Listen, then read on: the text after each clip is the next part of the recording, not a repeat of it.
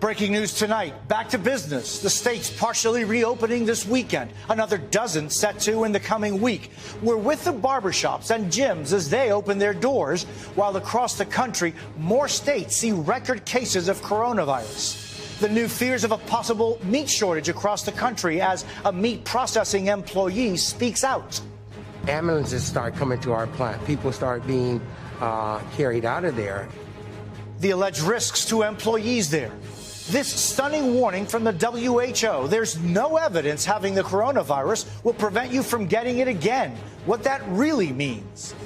Dialing back, new reporting that the president may scale back his daily coronavirus briefings. The busy beaches in California amid 90-degree heat. How unsafe is it to be outside in the sun in a crowd? And the moments that unite us. The farmer from Kansas who donated his face masks to New York. Here I have 5 masks. What can I do? This is NBC Nightly News with Jose Diaz-Balart. Good evening. We begin tonight with a devastating toll the coronavirus has taken on this country. More than 53,000 Americans have died from the virus. But then there is this. More than 26 million have lost their jobs. Governors across the country are weighing those two grim numbers as they make decisions on how to move forward. This weekend, some are allowing certain businesses to open. Others are opening beaches and parks. These decisions come with great controversy and even greater risk. We have all angles covered tonight, beginning with Sam Brock in Georgia. With a heavy dose of sanitation, businesses are swinging open their doors in Georgia, where the number of COVID-19 cases continues to rise, not fall. We need to be open because we have our family. We need to support our family. From spas to barbershops, nail salons and gyms, the revenues are returning. Gym owner Dan Carden says safety is manageable in a mom-and-pop operation like Carden's Classic Gym, where 6 feet is mandatory. I get in here in the wee hours of the morning while it's dark before any members show up and wipe down all the surfaces. And I'm okay with that. If it's going to take that to keep the doors open, have members coming in. For those wondering how social distancing is possible in places like barbershops. I mean, we clean up after every chair, every customer gets out of the chair. We're wearing gloves. Or spas. Owner Deborah Koesch says avoiding contact is impossible. We require our clients to come and have masks and gloves and sanitize their hands before they come in. And this way, I think it's safe. Next week, at least a dozen more states are lifting their stay-at-home orders or opening up businesses, joining Georgia, Alaska, South Carolina, and Oklahoma, where spas and salons are already online. We're so excited that everybody wants to come back, but it's very hard to navigate that. Garrett Hake is in Colbert, Oklahoma. The governor said personal care businesses like salons and barbershops could open their doors again starting on Friday. And while in many big cities those businesses stayed closed, in rural areas like here in Bryan County, business is brisk. Neighboring Texas hasn't reopened spas and salons yet, but this owner defying orders, opening anyway and getting a citation. If you cannot afford to pay us and feed our families and help us because the systems are so backlogged, then you have to let us work. You have to. The testing of limits, but not enough testing for illness. The COVID Tracking Project puts the Lone Star State 48th and Georgia around the bottom 10 for per capita testing, with protesters worried about not just their health, but their families. I say go home and talk to your elderly loved ones. I would like for my mom to stay alive as long as humanly possible. On Monday, restaurants and movie theaters can open in Georgia. The one cinema owner tells NBC News he's not ready. I'm super anxious to do what we do. We feel like we've built something great here and customers love it, but we want to do it when it's right. Sam joins us now from Marietta, Georgia. Sam, you've outlined some of the precautions. Are those businesses required to do that? Yeah, so the only ironclad requirements right now, Jose, are 6 feet of spacing, and the equipment, which you're about to see inside this gym, has to be wiped down, extra sanitation. But when it comes to masks and thermometers, these are suggestions right here, but the governor says it is in the discretion of the individual business owners. Jose? Sam Brock in Marietta, Georgia, thank you very much. As some cities open back up for business, there's new concern about states that are seeing a sharp rise in coronavirus. Kathy Park reports. With more than 50,000 confirmed cases in Massachusetts, tonight the governor says they're in the middle of a surge, but prepared. People did a lot of work to make sure that we would have the hospital capacity and the healthcare capacity. The state getting the attention of the White House. Massachusetts is an area we're continuing to watch very closely as cases have not yet stabilized. The infection rate in the crowded city of Chelsea is close to 6 times the statewide average. Meanwhile, other coronavirus hotspots continue to flare up across the country.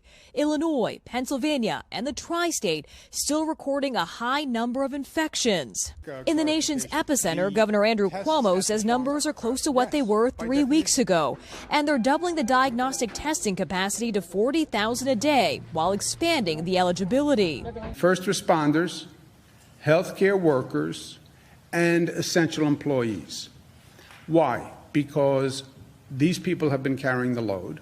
In Illinois, testing is up, and so are confirmed cases. More than 2,700 reported Friday, the largest single-day jump.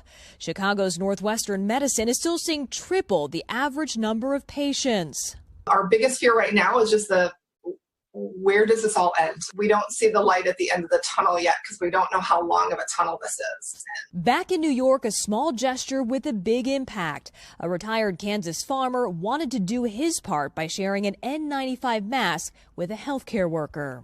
How beautiful is that? I saw all the problems they were having up in the Northeast, and it was horrific. So I thought, here I have 5 masks. What can I do? Kathy joins us now from Pier 90 in New York. Kathy, with hospitalization starting to level, what will happen to the U.S. Navy ship Comfort? Well, Jose, the Comfort arrived here on March 30th to relieve some of the nearby hospitals. But since it appears that New York has passed its peak, the ship is no longer needed and it will head out of here sometime next week. We've also learned that there are fewer than 10 patients on board. Jose? Kathy Park in New York City, thank you very much. A series of coronavirus outbreaks at meat processing plants across the country has sparked fears of a possible meat shortage, and now an employee is talking about just how bad conditions were inside one of them. Morgan Chesky has the details. Tonight, a key player in our nation's food supply taking new action in the fight against COVID-19. Tyson testing hundreds of workers and suspending operations at their plant in Black Hawk County, Iowa, after officials tied 90% of the county's nearly 800 COVID cases to the single meat processing plant. One employee, concealing their identity for fear of retribution, described coming to work with little to no protection. They didn't have enough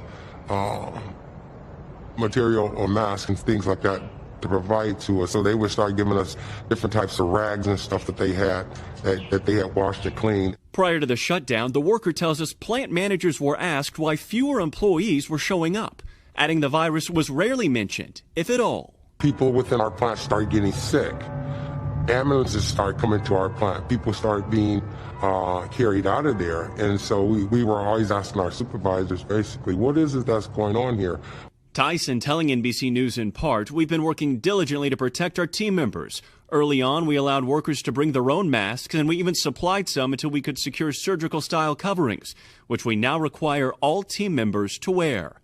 Adding, we aren't aware of any ambulance visit to the plant for COVID-19 related reasons. NBC News has not been able to independently confirm ambulances at the Tyson plant. The Waterloo plant joining a growing list of others in 8 states, shut down by beef, pork, and poultry companies trying to contain virus outbreaks. The impact on pork immediate. The processing rate down 25%. What does it mean for the consumer the longer these plants stay closed? So what it means to consumers is, there may be temporary stockouts at the grocery store. So you may not find your favorite cut of pork or your favorite cut of beef at the grocery store.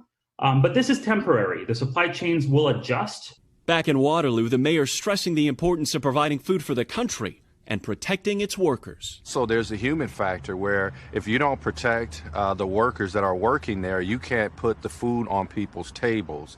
A fight to feed America on top of a deadly virus. Morgan Chesky, NBC News. The backlash is building following controversial comments the president made at a press briefing this week about dangerous coronavirus treatments, and it could have a major impact on how often we'll hear from him moving forward. Kelly O'Donnell reports from the White House. After weeks in the task force spotlight. Thank you very much, everyone. The fate of the daily briefings now at issue. After an abrupt exit, skipping questions Friday. Mr. President. Aides and allies have encouraged President Trump to do fewer, shorter sessions with reporters. Some had stretched beyond 2 hours, at times exposing disagreement.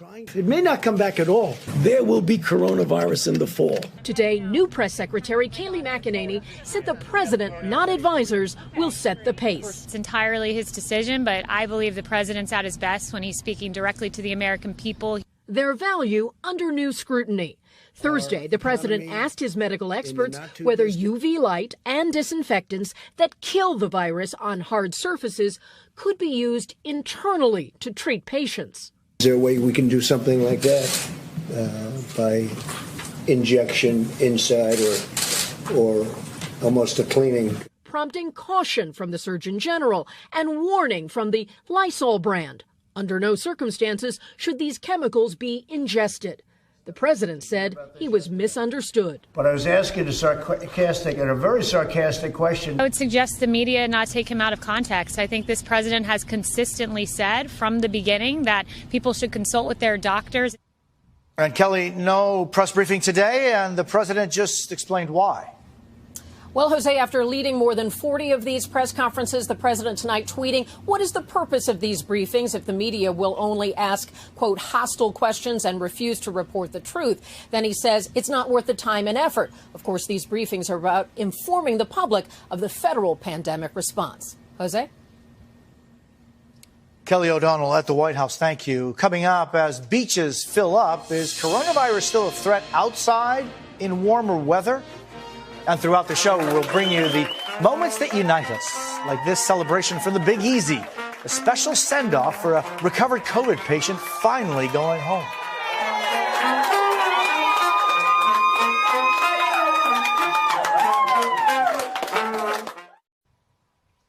As temperatures rise, so do the number of people hitting beaches and parks. But just how safe is that? Here's Joe Fryer. In California, they're countering the heat wave with ocean waves. I just don't think we have to live in a cave the whole time. We have to get out. Unlike LA County, where beaches remain closed, the sand in neighboring Ventura is now open for business with restrictions. He kind of had to drag me down here. I mean, I wanted to get my feet in the water, but it seems kind of early to me. Here, visitors can walk on the sand as long as they keep moving. No sitting or sunbathing allowed. If folks don't listen, don't follow the rules, what'll happen? Last resort, we could issue citations, but we don't want to do that. Across the country, a mix of cabin fever and spring fever are pushing cooped-up Americans to visit parks and beaches. Just being out in nature brings joy to the soul. Including New York's governor, with plans to go hiking this weekend with his family. Get out of the house, hike until they are fatigued and exhausted, because exhaustion is our friend. But officials worry about repeating these spring break images from last month in Florida, a state that has now reopened some of its beaches. You have a better chance of catching coronavirus most likely at a supermarket than you do walking your dog outside. Experts say if you're outside, you should visit places close to home and stay 6 feet from others. Avoid crowded places and playgrounds. So getting fresh air is a good thing. We just have to do it the right way. Some wonder if warmer temps will slow the virus, including Las Vegas's mayor, who said it is assumed that extreme warmth shall deter its ferocity, but scientists say it's still too early to know. We can't assume that warmer weather is going to make this go away. Here in Ventura, if the beaches get too crowded, they could shut them down for 24 hours. If people still don't listen, strike 2, they could shut everything down for 48 hours. Strike 3 would mean the beaches stay closed until the local emergency order is lifted. Jose? Joe Fryer, thank you so much. And joining us now is NBC News science contributor Joseph Fair. Dr. Fair, good seeing you. A pretty stunning announcement today from the World Health Organization, now saying there's no evidence that COVID-19 survivors are immune from getting it again? Yeah, it's surprising, but it's not surprising. We just really don't have any human evidence that you can't be reinfected with COVID-19. And we do have some anecdotal evidence, both from China and elsewhere, that people can be reinfected, even though that the majority of people, including myself, think that that was probably an issue with the diagnostics. With most viruses, you do get some kind of immunity, so it would be surprising if there's no immunity from it. But only time will tell us what type of immunity you have from COVID-19, if you've recovered, and how long that will last. And Dr. Fair, New York Governor Andrew Cuomo said yesterday the virus can live in the air for 3 hours. Is that possible? You know, in a laboratory setting and done with laboratory equipment specifically to kind of nebulize it and put it up in the air and aerosolize the virus, it lasted for up to 3 hours. In nature, we think that timeline is much shorter, that, you know, it's really not going to be an airborne virus per se, and that you have to come into direct contact with the saliva or viral particles coming from someone when they're either coughing or sneezing or through labored breathing, through one of the 3 routes. Dr. Joseph Fair, thank you very much for being with us. Thank you. Still ahead, the espionage company helping track coronavirus using your personal information. And there's this moment of unity. New York's finest lining up to honor healthcare heroes who have come from out of state to help during this crisis.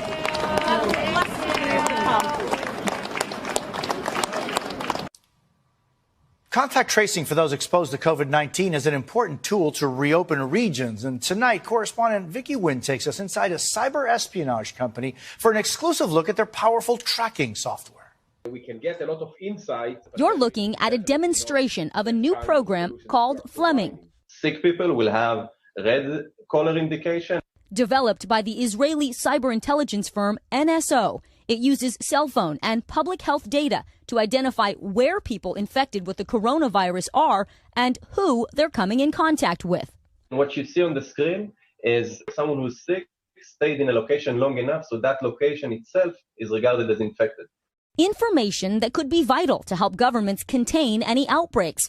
But for it to work, everyone has to provide their cell phone number and allow the government to track their location. I think that any new surveillance technology to deal with COVID should be of great concern to the public. Fleming is the latest evolution in tracking software to pit public health against privacy. In South Korea, the government is using cell phones and credit card purchases to track its citizens, then notify them if they've been in contact with someone who is infected. In China, contact tracing apps on cell phones are mandatory.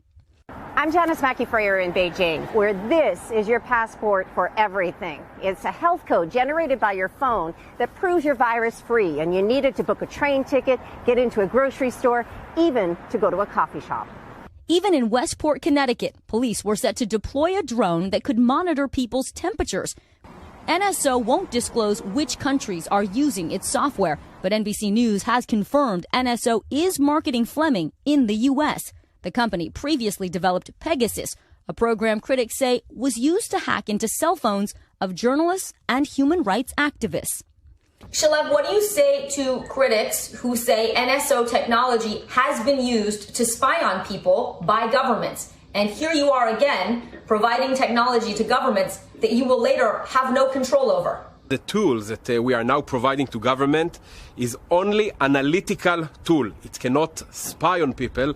Privacy experts warn the proof is in their transparency and whether users have the freedom to opt in. When you give up your privacy, you can't put that back in the tube. Once you provide that kind of information. Google and Apple say by mid-May, they'll release their software that would allow developers to build contact tracing apps for health officials in the U.S. It would be up to users to opt into that system. Jose? That's NBC Nightly News for this Saturday. Kate Snow will be here tomorrow. I'm Jose Diaz-Balart reporting. Thank you for the privilege of your time.